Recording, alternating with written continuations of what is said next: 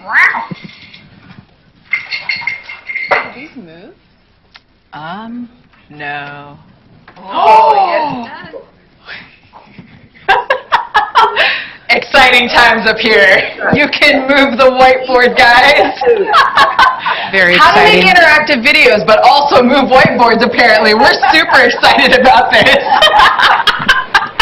Interactive education. Exactly. More whiteboard.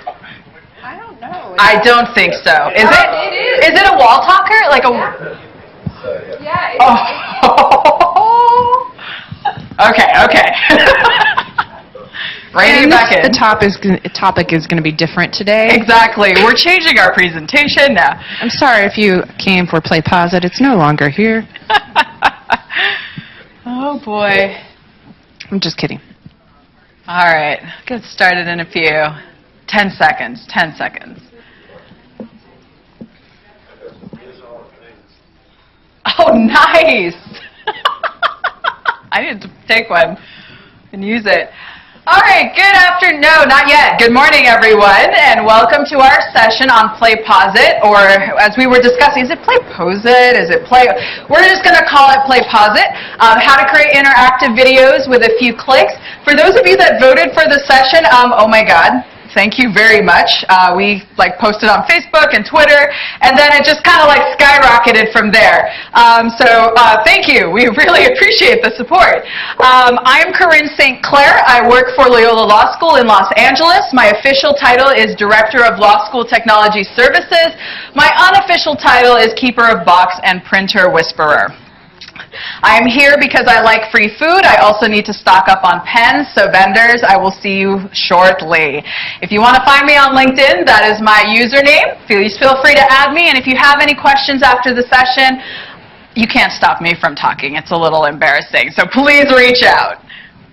Okay, seriously, I don't know how to come in after that. She's like just a showboat person. Okay, so I'm Ginger Hunt. I'm from the University of Arizona, James E. Rogers College of Law. I'm the Director of Online Learning and Instructional Design. I was lying. I'm in Tucson, so it's just as hot down there as it is here, pretty much, for the most part. I was going to escape my children, but I find that I've been texting and FaceTiming them extensively more than I usually would, so that didn't really work. I'm really here for free food and pens, too. That's what it comes down to. So my unofficial title is Queen of the Unknown Empire because no one really knows what I do. I'm like a hidden person in the law school. And again, on LinkedIn. Awesome. All right, so here's our game plan for today. But we do want this to be interactive, so if we are just talking a million miles an hour and you have a question about something that we've thrown up on the screen, please feel free to throw up your hands, wave them side to side, get down like it's 99, and we will stop. Totally take questions, delve a little deeper. Please feel free to speak up. I know this is a professional conference. We put on our professional clothes for today, but you know what? We're here to learn. Right? We're absolutely here to learn. We are with our colleagues. It is a safe space. So please feel free. Raise those hands. So we'll talk about the company a little bit, give you a preview of the tool, how we've used it. We've used it very differently. So this is why we wanted to present together why this all matters. And then, of course, if you really want to wait for the end, we could have questions as well. So, intro to Playposit, the company. You actually may have heard of them before because they used to be called EduCanon. Or EduCanon. Oh, and everyone's like, oh, I've seen this, I'm out. No. But EduCanon was this great free tool that allowed you to basically choose a video that's hosted online at the time and add interactive questions. The questions could be, I believe at the time, it was a few format. Yeah, it was multiple choice at the time. But it was an awesome startup. Right now they're backed by AT&T and Stanford StartX, so that's delightful. Not going away, so that's always exciting for us in educational technology. It's designed for K corporate. So obviously we are at a law school, con, which is awesome. But you can also use this, for internal trainings. A lot of companies are actually using this for training. So there's lots of different ways that you can use their product. It is free. You can, if you have your laptop out, go to their website right now and sign up for a free account. And I will be talking about that. And then you can also subscribe either as an entire school or individual users. And we're going to go over that today and kind of share the differences of what you will see with that. If you do have your laptop, highly recommend that you go to their website because, I mean, come on. Look at that. There's a dog in space. And their presentation. But no, seriously, go to the website, log in, start playing around. It is a delightful, delightful tool. So I am going to go over how we use the tool, like literally how we use it, how you sit there, click around, the different things that you can do. So the tool gives you, once you log in, this dashboard that you see right here. Since we are using it on a smaller scale, we have fewer videos up there, and I'm sure you're going to talk about what the interface looks like if you have a ton of videos going on up there. But you have bulbs. Not going to lie, the terminology is what was most challenging for me initially. It is. What's a bulb? Yeah, what is a bulb? And what is monitoring? What is all this stuff? What's a class? How does the class interact with a bulb? So when you first sign in, you can't break anything. Play around. Just add stuff, move stuff around, see how it works. But your videos are going to be under those bulbs. So as you can see, my recent bulbs, I've got a training for our timekeeping system going on. We have 2 versions of our deposition exercise, which I'll preview for you a little later today. We have our students, quote-unquote active students. This actually for us means anyone who's touched the system and has basically given us their name. We do not load our students into Playposit for how we use it. So anytime that we have a student touch the system, they just enter their name. It's not tied into like SSO or anything like that because that's how we're using it. But I'm sure Ginger can tell you what it's like with like a full-on MLS. Different degree, LMS. Most of the time, though, a lot of what I tend to do when I am designing videos and working with my faculty members is up there in that corner. We've got our dashboard, we've got our bulbs, but more importantly for us is the monitoring. Because sure, we've got this video, we've deployed it, but we want to see how the students are actually using it. And I love being Big Brother. I can see how much time a student has been on a video. We can see where they're struggling. And that, not going to lie, even for a free tool, I'm all into it, just for that functionality alone. So let's give you a preview of what the editor looks like. It is pretty straightforward. You just add the video. It has to be hosted online. They do have a new feature now where you can actually put the video on their servers. I'm not sure if there are... There's a file limit size. Ooh, do we know what that is? You know what? I can't remember, but it was pretty small, and so we didn't use it. We went through Panopto videos. Smart. Yeah, and you can do Vimeo and YouTube. And yes. So we use Kaltura. For our video hosting, we also, yes, we do Vimeo as well. That totally slipped my mind. We haven't tried it with hosting with them. Our videos are too large. But this is what the interface looks like. So you'll have your questions on one side, and you can see your timeline there on the bottom and a preview of your video on the other sides there. And these are the kinds of questions that you can add to the video. And it literally is click. Insert question. Do you want it at 10 minutes and 31 seconds or no, I want it at 10 minutes and 32 seconds. Like it is amazingly customizable. So it has our classics, multiple choice. You can have free response. Do you guys use free response? no. Okay, yeah, like us either. But we actually, one of the fun ones that we haven't tried yet with our students, we've tried it amongst ourselves, is a discussion forum. We sort of messed it up, but it's worth exploring. Absolutely worth exploring. It's getting there. So you have all of these different ones, and then you can basically, as you see here, you can edit the video, add the question, trim the video. It's a delightful interface. So I would say every white line that you see here is where she's added something. Yes. That's what the white lines represent. Those are all our different questions. So this is a preview of the deposition exercise that we did, and as you can see, a lot of different pauses or different questions, and I'll show you how that all interacted later. There is also a newish feature where you can add multiple videos. So for us, this one particular exercise was just one video. However, you can create exercises where maybe you have 5 videos, and depending on what the students answered on a certain question, you can branch it off to a different part. So for example, let's say you're trying to teach a concept and they get, I don't know, 5 of the answers wrong. And so you can tell it, no, go to video number 3 or go to video number 2 instead of video number 3. So pretty cool stuff. Do you guys use that in yours? We played with it, but How did it as go? you're telling people this, I'm like, you have to think about the time and the person doing this right? is true. So that's something to keep in mind with that. That is true. Yeah. You say they built an adaptive learning. Right. And where do you find that? Where do you find to be able to add more videos and add different things over here on the left? So there's this control or this panel over here on the left-hand side is where you'd add your videos. But as you're on your timeline doing the questions, then that's where you can add some of the logic. So cool. I'm a control freak, so I really like this system. Awesome. So from a student's view, it's basically this, right? If there's no question going on and it's just the video, then they just see the video, whatever is playing.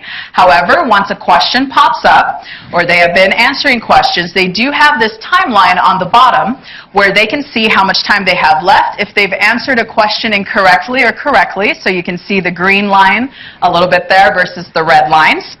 Depending on how you set it up, they can either jump forward, they can pause, they can go backwards. So for us, with our deposition exercise, we actually do not allow them to go forward. They can jump backwards, but there's no way we're letting them skip all 40 minutes. I know it's terrifying. All 40 minutes of that particular exercise. If a question pops up, the video does remain in that black area. We blacked out the screen during the questions, which is why this sample doesn't have a video right there. But your video will still be there, a little bit grayed out. And then you'll have the answers that they can choose from on this side. And if you set it up this way, it can also give them feedback. So it's like, this is correct, here's why. Or this is incorrect, here's why. I'm super stoked about the system, but I will say something that is challenging and that I do not like. Can you see the incorrect answers on this? Not easily, right? It's in yellow. It's very, very faded. And so that has been a challenge. I know, it's like, everyone's like, wait, what are you talking about? So this is something that should have been selected. This is something that should have been selected. The students selected privacy, good job. But visually, especially if they're going through it really fast, sometimes they miss it. And then that's when we get questions. They're like, well, I thought I got it right, like nothing else was there. It's like, actually, that really faded tan stuff is, what you missed. So that can be a challenge, and thankfully the company is really open to feedback, which sometimes companies are not. So I love working with them because we can tell them, like, hey, this isn't working the way we thought it was. So yeah, they have a lot of support, and they're very receptive to building things to fit your needs. I will say that. Awesome. You guys go first. Yeah. All right. All you.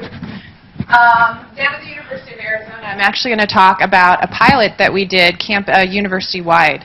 And so this came out of our Office of Digital Learning, where I previously worked before I came to the law school. And we played around with it, and we tried to break it, and we did all these crazy things. And we thought, this is a really cool tool. Maybe we could adopt it campus-wide for everyone to use in blended or hybrid or fully online courses. And so what we did is we got approved, we bought 15 licenses, and then we went into running the pilot. And so the steps through the pilot over the course of a year, it was about October through May. We sent out the invites to our faculty members. We picked 15 people that were going to be teaching fully online classes. We provided training. Playposit came in, they flew in, they provided excellent training, excellent support, really good set of people working there. We used it in 15 different courses, and then we gathered feedback from students and professors on how it went. And then we are in the process of making decisions based on a couple things that went on. So in our invitations, this is pretty much what we said. We wanted people who were teaching a fair number of students, not just a couple, but we wanted to get a lot of student feedback, so we needed courses, with at least 5 or more students. We wanted someone who's teaching I-courses in addition to fully online courses. So I-courses for us are courses that main campus students take online. And so it's a different student population than the fully online student.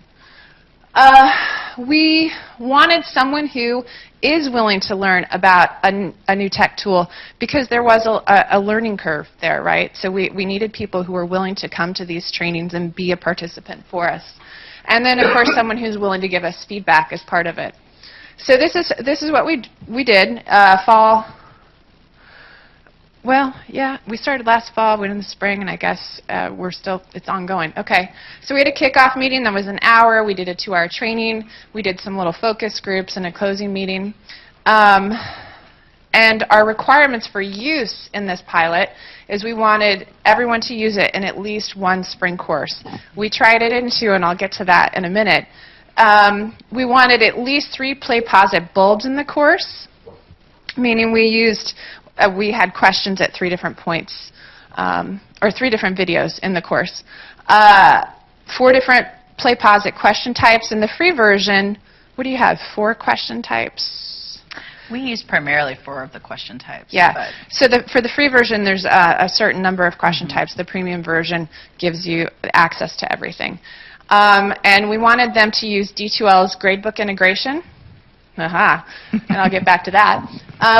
And then we wanted to be able to collect feedback from students to see how they thought, was it worth their time? Did it irritate them to have to stop? If you didn't let them go forward, was that a good thing or a bad thing? And then both online courses. So this is the first class that at the law school we went in and we thought, okay, we have this 1-unit class. It's about corporations and structures and everything. And we have this great set of videos, and we'll go ahead and we'll add some interaction because we want our courses. This is for the Mining Law and Policy, Master of Legal Studies. We didn't want them to all look the same. This is a great way to diversify the course and make it stand out from the other courses. So we started with this course up here that you see, and with our D2L system, we load all of our videos into Panopto first, and then we usually embed them into the D2L course. So for us, we loaded the videos into Panopto, and then we were able to take the share link from Panopto and put it into Playposit, and that's how we got the videos in, and then we took the embed code, put it back in D2L. I have many, many instructors who are excited about this interaction. It takes this talking head video, which you see, he's got the green screen slide behind him, and he's talking, and we have a lot of videos that look like that, and it breaks it up, and it adds this exciting element to it. So I've had more than a few people come in and say, yes, I really like that. And guess what? It integrates with the D2L gradebook, so when they answer it, when they answer these questions in the video, it shoots their grades straight into your gradebook. Isn't that cool? Because it's less workload, right? We'll get to that.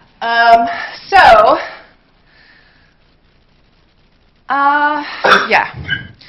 So we get into this, and we start building this video for this course, and we realize, wait a minute, there are some gradebook issues. It's not playing very nicely. The grades aren't going into the D2L gradebook. And so we came into this point, and we went and we worked with Playposit and their support, and they were very wonderful, and we came up with some workarounds, and the Office of Digital Learning made some videos on it and sent it out to all the people who were working in it. Hey, this is how you do it. Basically, you had to end up exporting the grades out of Playposit and putting them into D2L. So it was a workaround. Is it a workaround that would work for many, many people, many different courses? That's something we're working through. And he decided he did not want to use it in his course because that really wasn't something that was going to work. So we went into another course and we added it, but we didn't use it as a grade. We didn't give them an actual grade, but we felt like for that course, the second course, it still added the interaction. A student couldn't just play a lecture video, go and do laundry, come back, and the video's still going because it would stop and it wouldn't go on. So you did add that level of interaction. After it was done, kind of middle of May, we sent out, or the Office of Digital Learning sent out a survey. This is part of it. And I thought these were interesting questions because this is really what we were looking for. Was it easy to use? I think the interactions made the videos more engaging. Okay, the first question I gave it an agree because it is. The interface on their website is it's drag and drop. Enter your questions, you're good. The videos were more engaging. Very strongly agree with that. I think video interactions improve knowledge retention. I do, because the students, if they didn't answer the question correctly, they had to go back. We were very straightforward. We didn't get into the branching and the crazy stuff that you can do. But they really had to go back, retrieve the information, and be able to move forward. And I would like to continue using this tool. We went ahead and put an agree. We would like to continue using it, even though the gradebook integration wasn't so fantastic. We still think it's a worthwhile investment. This was to faculty. Faculty, or for me at the law school, I'm kind of like the one-man shop. I'm the person building it and putting it into the courses. So we did have some instructional designers who were actually building these things. We did have some faculty who were more into tech, and they took care of it. And for me at the law school, it was me. So in decision time, which is what's going on right now, we're still gathering data. You all know it's hard to get surveys back from many, many people. And we're still gathering student feedback. Overall, from what I've heard, the students did enjoy it. They did think it was worthwhile. We are keeping at least the 15 licenses for now. We don't know if we're going to expand. It depends on all the feedback. We would like to we are working with Playposit on fixing that gradebook integration issue, but it wasn't a deal breaker. So campus-wide adoption, sort of up in the air still, but it's been a good process. Awesome. Thanks. Weird, yeah. Yes.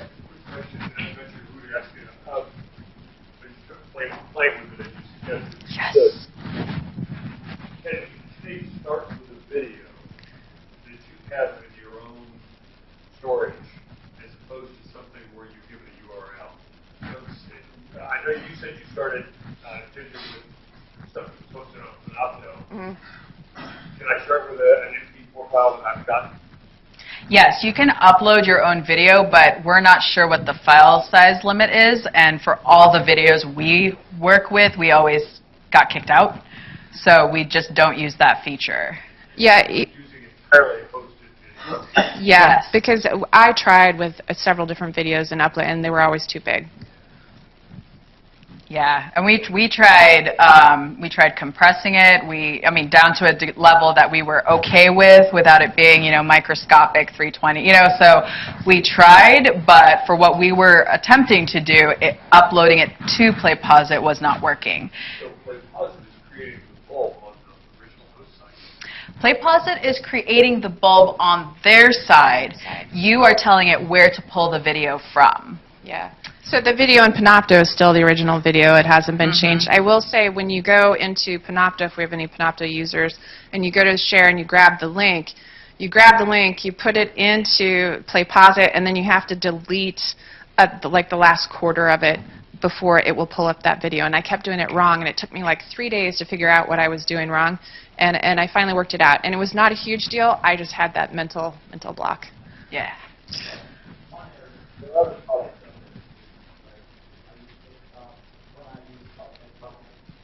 Yeah. Yeah. I was trying to figure out, if you look at other products, the reason why you want to play project in that process. And the other piece is more technical, but when I use that puzzle, I go link out to something else. If that something else is here, I can no longer there, have a problem, or is there actually pulling it into play project? That's not a problem. Do you want to answer that? Sure. So we actually used to do just straight up Camtasia. Because a lot of what we would create was screen capture. I'm looking at Jill, my my bestie on Camtasia there. So Camtasia has, you can build in quizzing and also get the gradebook. You can export the results from that. But what we found problematic was hosting. You either host it, right? You either host it with them, or I love you, web team, who are hopefully listening to this right now. But it was a struggle, to get our content once we were ready and deployed onto the web server in a way that our students could access, but we could still track. It got crazy. So when EduCanon came out, actually, our library staff were the first folks to really jump on it, and they used it we have concentrations at our law school, right? So you can get a JD, but you can have an intellectual property or, business or whatever it is. So there were research classes geared specifically for those concentrations, and that's where our library folks were using it to they created their videos in Camtasia, but then they used YouTube on their own channel to make those links and pull them into EduCanon. For us, we're going, woo, awesome, we do have problems. We use Kaltura, as I mentioned, as our video host, but when we first started using Playposit, because of the type of account that we have with Kaltura and we share it with our main campus, we had a similar embedding issue, and we moved to Vimeo. And so with Vimeo, all our links are ours, and it was just easier to pull into Playposit. So to answer your question about links going bad, absolutely. It can absolutely happen. So I have a faculty member who they use the free version. They did not have a need to go premium, so they just used the 4 question types, and they're totally happy. But they would pull videos off of YouTube. There are some really awesome crim law, samples there, and so they just wanted to use it and add some questions, and it worked, one semester, did not work the next semester. So no, Playposit doesn't, pull the video off the internet and embed it, as far as I know, into their system, but I think we work around that when we create our own content, right, it's ours. So that's kind of how we make sure links are still okay. My recommendation is to positive and help if you take something from YouTube or that, pull it down yourself, and then upload it. Yeah, that's always the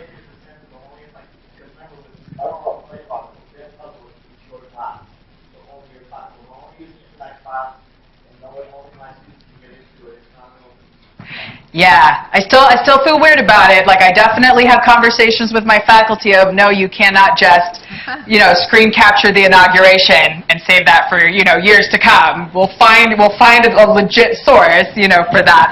So, which actually brings up a great, I think, which we did not plan to talk about in any way, shape, or form, but this has been for our side. It's also eye-opening to see what our faculty understand about fair use. Right, and copyright. And so if you're going to do something, something like this, where if you're not creating your own content, and yeah, there's something amazing out there on the web that they want to use, definitely need to have those conversations. So. But I think you do bring up a good point. You create all this stuff. You have to keep in mind that you have someone that's going to support this, right? Yes. And when things go wrong, who's that person that's going to go in and make sure that it gets fixed? Inevitably, no matter what tool you're using, that will happen. The reason we went with Playposit over anything else is back when I was at the Office of Digital Learning, there are a lot of us as educational technologists who play and have accounts on all these things, right? And I don't even remember, I lost my list of passwords. Who knows what I have an account with? But we felt like when they came together and it became Playposit, the interface, we really enjoyed the interface. We thought it would be easy for people to use, and that's why we went with it. Not that it was necessarily better than any other product that we get ourselves into, but that's where we started. Mm-hmm. Was there another hand? Sorry, yeah. So when you create the full Playposit, can you embed that in an LMS or a web page, or do you have to link out to Playposit? No, we embed it, yeah. We link out. Yeah. So this is why we're like opposite ends of the spectrum in how we've used it. So we wanted to give as much perspective as possible. So we have TWED. We do not have a fully, full awesome LMS. We were testing Brightspace. Our main campus is moving away from Blackboard and moving to Brightspace, which is great and awesome, but we are having a hard time with faculty buy-in.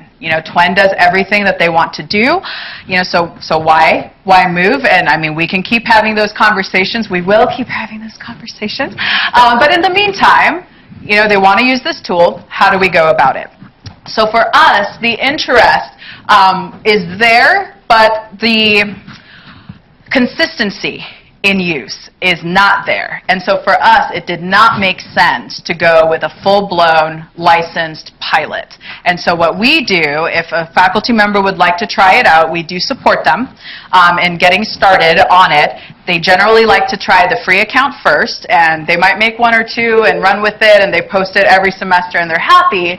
Or if they need premium, then we talk about that and work it out. So the deposition sample that you're going to see today was created on a premium account because we needed more functionality than the free account would provide. The premium account starts at $69 a year.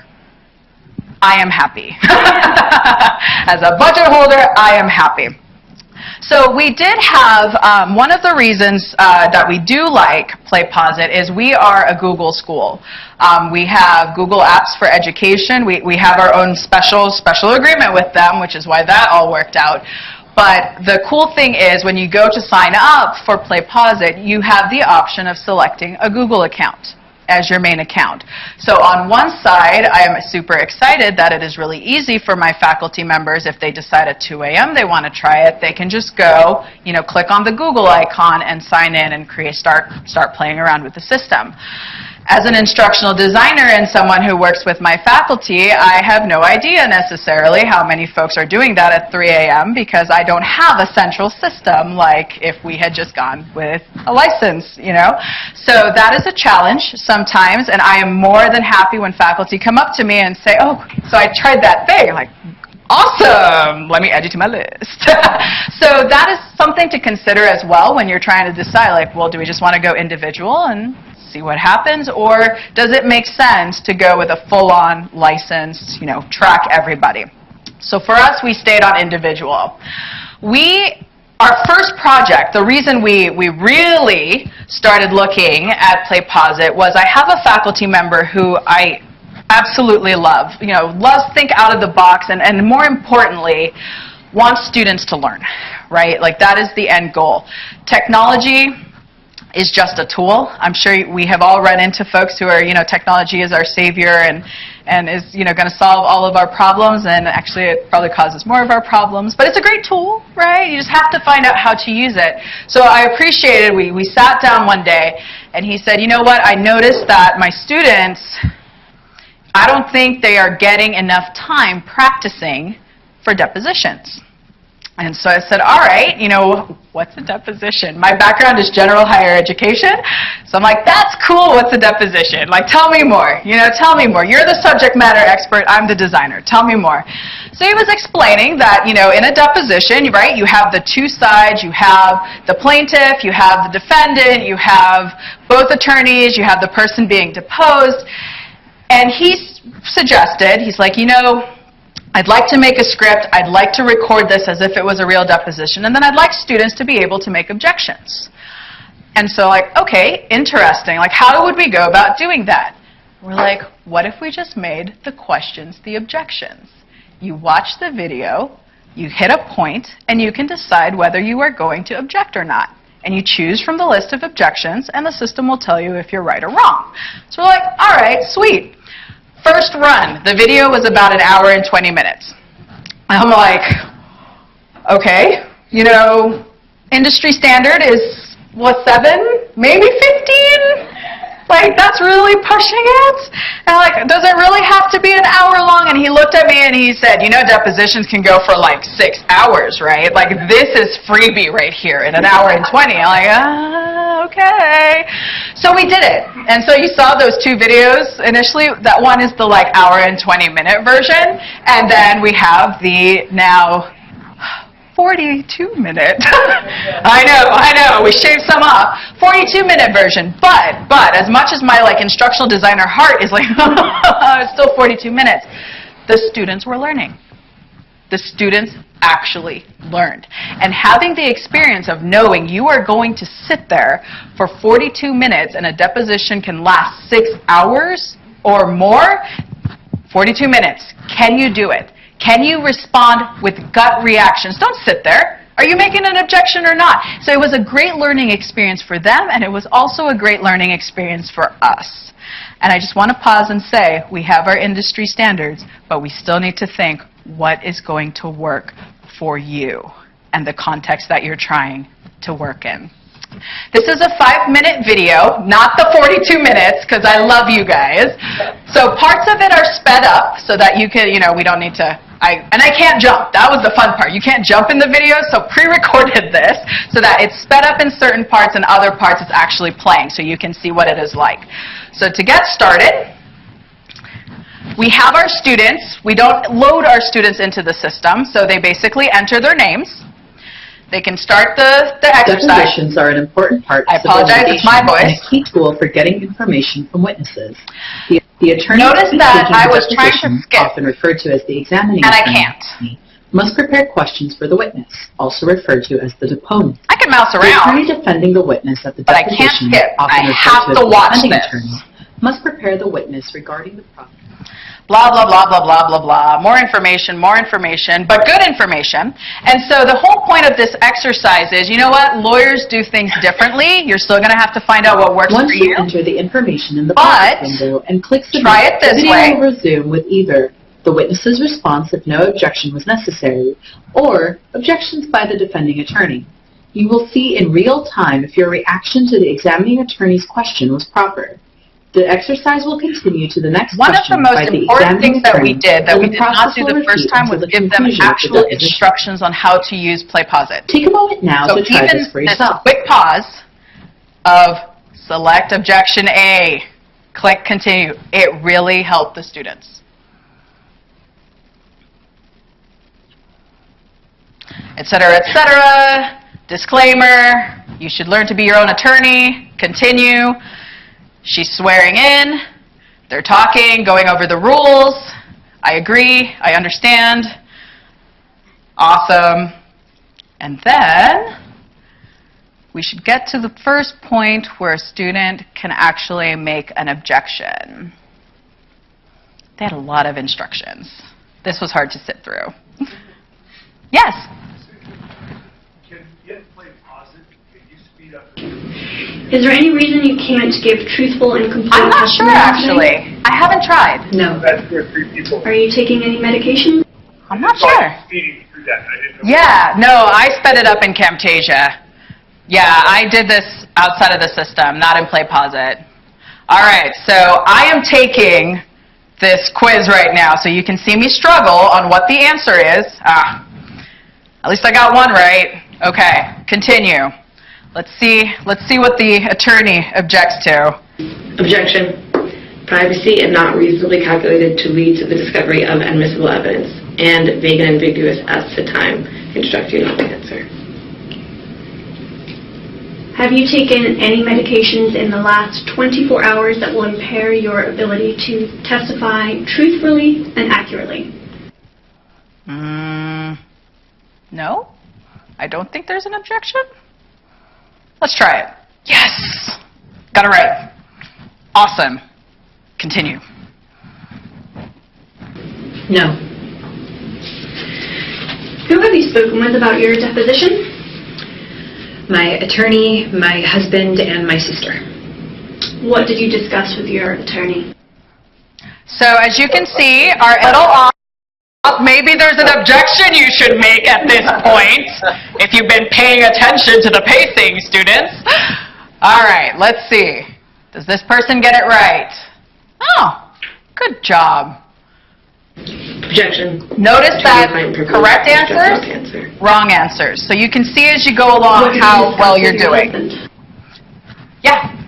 These are presumably the same list of objections every single time. Mm-hmm. Can you repeat questions, or are you typing over them?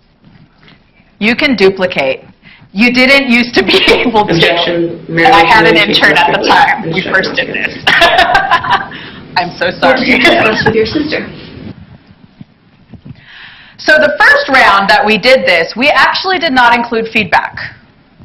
So if you got a question right or you got a question wrong, yay, but you didn't necessarily know why. And so the next round that we did it, we worked together, with the professor. We looked at which questions were missed the most, and we started with those. Because yes, it's a 42-minute thing, and we had a ton of possible objections for certain questions.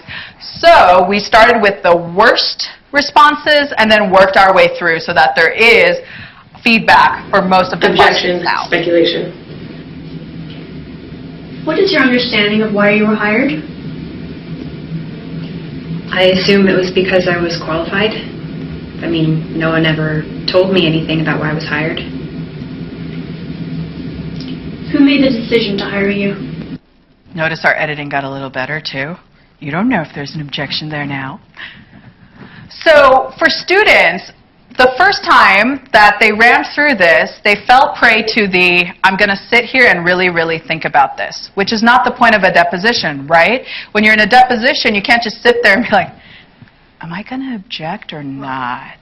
You have to say, objection, right? Does not lead to the discovery of admissible evidence, does not, whatever it happens to be. So that when we told the students, just go through it, see how it goes, and then see where you messed up or where you did really well. And the feedback that we received was that it was really eye-opening. So here is a sample of that monitoring that we talked about earlier. Since we don't have it tie in to an LMS, we can just use the monitoring tool to see the results of our different videos. So we had 49 students, including I think 3 staff, so that's incorrect right up there. But we had 49 individuals take it. We can see the breakdown of the average score. Most people failed, which is fine. We can also see how many completed it or how many were like, oh God, it's 30 minutes, I can't take it anymore, and they just failed. But we can also see the breakdown of apparently question 3, no one's getting it. So we made sure there's feedback on every possible answer. So that was a really nice visual thing for us as we were developing it and refining it to make it more useful for our students. So you can actually see the individualized feedback within Playposit. That top little red box that has been blocked out for privacy is actually the professor, which is why they're so kind on their feedback. But the students gave us feedback at the end, and some wrote entire essays, and some just wrote, general feedback right there. So I love this part though. I love that they can just select from a smiley face. How did you feel about this? Because visually for us, it's all right, it was cool. Or no, this is not working at all. How about you guys? Well, I was just going to say it's like the CALIcon feedback. If you've given any feedback on the website to the presentations from yesterday, you get your smiley face. Is it? Oh, I haven't done it yet. My bad. So absolutely, the feedback is super important, and that's something that we really, really wanted to have for our students. We also really appreciate, as you can see, we can have the breakdown of what are people selecting for this particular question. The professor got the perfect score, because obviously he's the professor, and the students did not do well. They did not do well at all. And that was good for us, because it showed us where the students were lacking, possibly in classroom time, in classroom training, and it also showed the students that they're not as cool as they thought they were. I got this! Oh, I don't got this. So it was good. Funny story, so I am not a JD. I do not want to be a JD. I want to support y'all JDs. You're amazing. Actually going through law school is absolutely challenging and amazing and very cool. And I would like to be there to support you. When I was working on this project and entering questions and watching the video and all of this fun stuff, of course I had to test it and all these things. I took it last week, because I had to do this recording for this presentation. I got a 42, guys. I got a 42%. I'm like, yes, I know nothing about depositions. And just by watching and, finding out what was wrong and starting to read that feedback, it's starting to sink in. Not that I will do depositions anytime soon, but there is a benefit. There is a benefit through going through an exercise and being given, Feedback in that time, that formative assessment, right? So, why this matters. I'm going to turn it over to Ginger on this one. She's putting me on the spotlight. So when we discussed this, we really tried to think about the ABA guidelines and how does it impact it? And really, for formative assessment, it's a great method. Even if you're like us and you're just using it without a grade because technical issues, it's a great way to get that formative assessment in and see. And we do have the full screen that Corinne was showing with the feedback from the students, and that is one of the reasons we chose this, is we felt like it really was a nice interface for people to see what was going on with their quizzes. And then it's an opportunity for regular and substantive interaction between the faculty member and the students. So not only do the students get that immediate feedback, whether they're right or wrong, not only does the faculty member see, okay, you know, the great red, green, here's where the questions, maybe I need to readdress this next time we're in class. But, you know, you can also send an email real quick. It creates a space for interaction that maybe wasn't there before. Absolutely. So, that's what we've got. Any questions? Yeah. On the deposition video, you said you had encouraged students to try to just go through and answer them so they had a sense of doing it in a timely fashion. Can you actually time limit questions so if they don't answer in a certain amount of time, it's not wrong? I did not try that, and I did not see a feature to do that. I'm not sure how often you would actually want to do it, though. Yeah, but that is a good idea. Absolutely. Yeah. That would be the purpose of the students is to do your laundry and not pay attention. Yeah.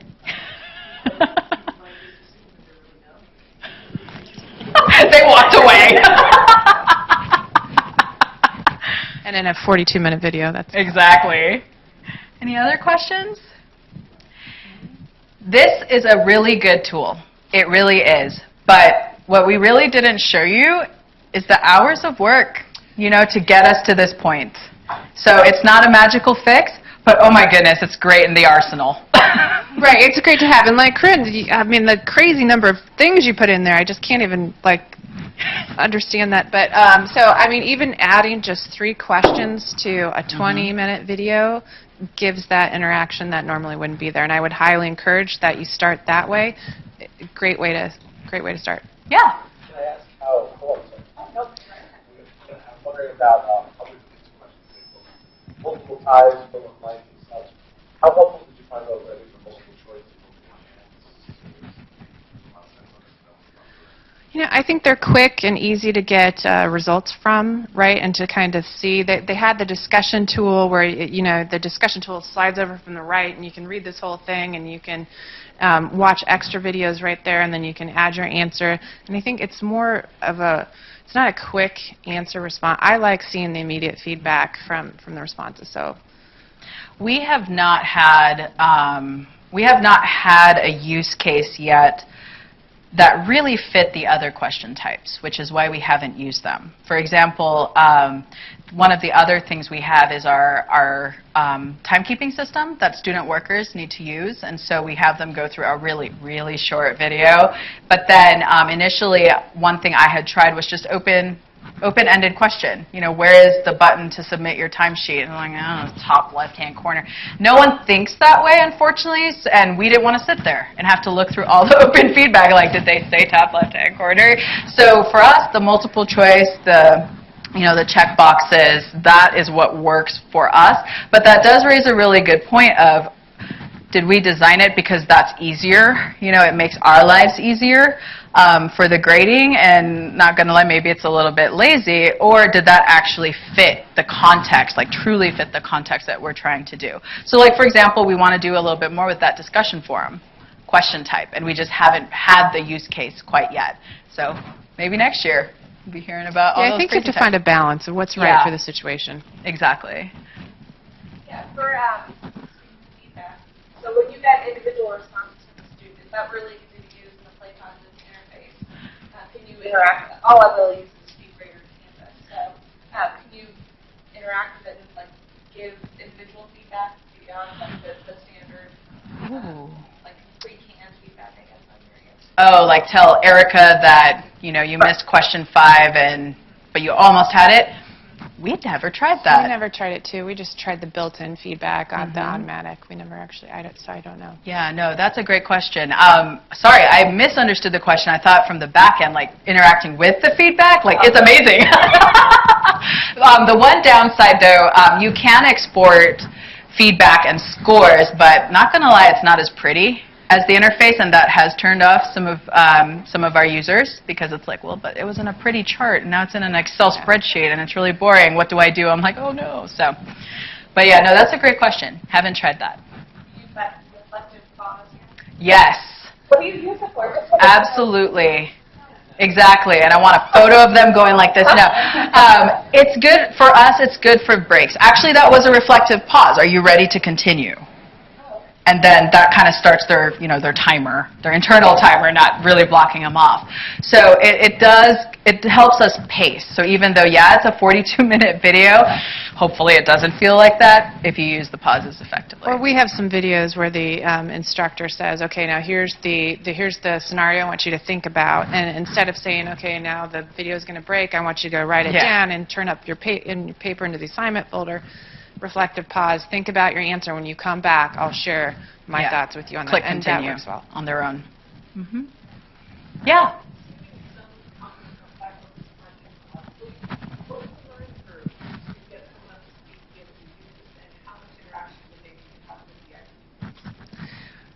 I think if you're going with me with 3 questions in 20 minutes, or you go with her in like crazy world, it's not. We picked it because we felt like people would be able to interact with it because it was a very simple click, yes, okay, type in, go, to be able to set it up. So, I mean, of course, it depends on who you're working with. I have some faculty who are just like, pull everywhere is going on all the time, and they're very used to that kind of interaction. And then I have people who, I'm teaching as we go through teaching the course. We're teaching how to integrate, and we're starting from here. So it just depends on how comfortable the person is. But I mean, 5 minutes. I mean, you could have one up and running. So we had a lot of IT interaction, mainly because since we don't. So this is actually good to know.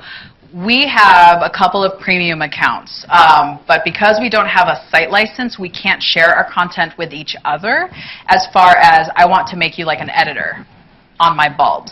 And so my faculty member for the deposition was all about, wanting to do as much as they could, and they wanted to, do the drag and drop. And they did for their own, like other products, but for this particular project, it had to stay on one account, and it was the IT account. And so we ended up doing a lot of the questions. But for us, that actually worked out because we made the video. So since we had done the video editing, we were more familiar with where those different breaks would happen, and I think that could be frustrating for a faculty member. But as far as, pull a video, add questions to it, send it, super easy. Super easy. Yeah. Any other questions? Yeah. Do students need licenses to use videos, or is it just the instructor? just the instructor. Just the instructor. Yeah, we can send this out to whomever you want. Awesome. One more question in the back. All right.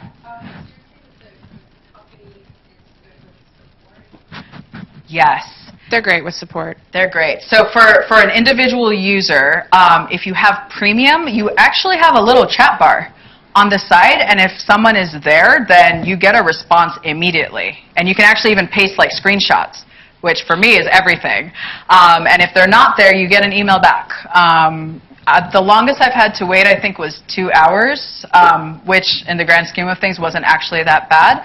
But yeah, they're very responsive. For the free accounts, it takes a little bit longer because they go for the paid people. So. And we actually had, when it came down to the gradebook thing, we actually had one of their people made a screen recording of exactly, they got into our system and exactly how to do this and posted it for us. So we actually had a D2L site dedicated to everyone in the pilot.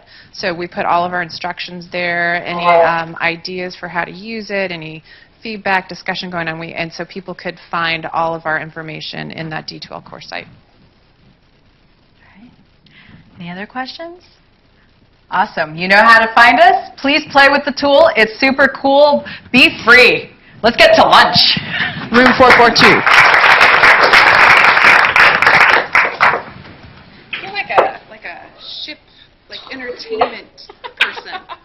And I am an introvert, and that's cool, terrible. Yeah, I can tell. Yeah. That's a good question for you both.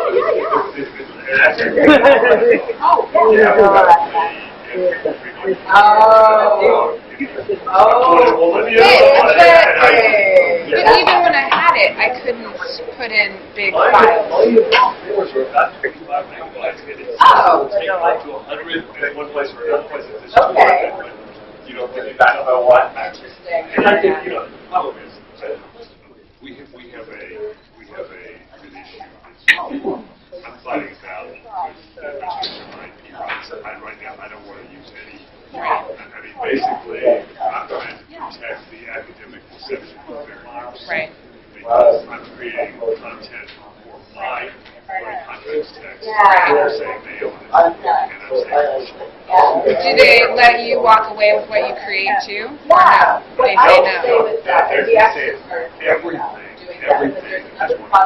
So any online course, so this is what my law school dean was trying to say, is that, oh no, anything that we spend the money on creating videos, and we do the editing, and we put all this money into it, the faculty member cannot walk away with that. But the UA Online campus contract that we signed with them says, and it's part of ABOR, Arizona Board of Regents, it's everyone owns it equally. You create it, you walk away with it. You create it with us, we get to keep it, we can give it to whomever, whenever, however we want. And that creates a problem. A lot of people have an issue with us doing that. And I understand that. I think it's a matter of balance. Right now, our policy is, as written, university owns it. And if I walk in, and I create all these videos for use with my textbook on contract, my primary teaching text on contract. And they're saying I can't post those for use by other people unless I get their approval on each unit. You should Google the University of Arizona IP policy. I would do that. Article U, Missouri, which is pretty good. You guys are Ours well is along pretty the good, way. and we've had people come at us and go to this CGO's office and complain, and so each semester gets tweaked. So anyway, that's why I'm posting it as the answer for Yeah. right now to the university until I resolve that issue. You can go to YouTube, but can you protect stuff on YouTube? You can unlist it, Okay, so right? So well, it nobody would be able to find it, but Right. if they would find it. they could, yeah. I mean, at some point, I just have to do that. But if I can, I want to at least try the upload it. Yeah. It may work. Who knows? Well, if you make them shorter too, if they're not so long. And I think I even got down to a 15-minute video, and I couldn't get it to upload. None of my videos are longer than 90 minutes. I stick with 6 videos. And if it doesn't, I will just email them and say, hey, Absolutely. I mean, honestly, $69. that's what we pay is that per what you year. paid? That's a group. No, That's individual users. This is 144 online. Did you get a special deal? Maybe you need to tell them you're a school. that That's education? your instructor. Maybe, okay, so maybe it's a school deal. Okay. And I can't tell you what we got for I a want to pay deal. one. Yeah, no. Like, I don't know how much we got for a deal out of 15. I think we got a little bit of a discount because we're piling. We bought 15, but I don't think it was anything huge. Like yours, that's Yeah, it was basically, we signed up, right, using our Google education account. So maybe they figured out, like, oh, surely you're a professor or you're a student or whoever you are. Maybe that's why we got that discount, but it was only $69 per person. No, I heard that number say that. Wait a minute. Yeah. Let's No, go. I'm like, under 100, I'm in. Thank you, Bob. Yeah. No, that is did? It is open linked. Yeah. Yeah. But we have another reason that we do that because with our web auth going behind it, it created problems in D2L.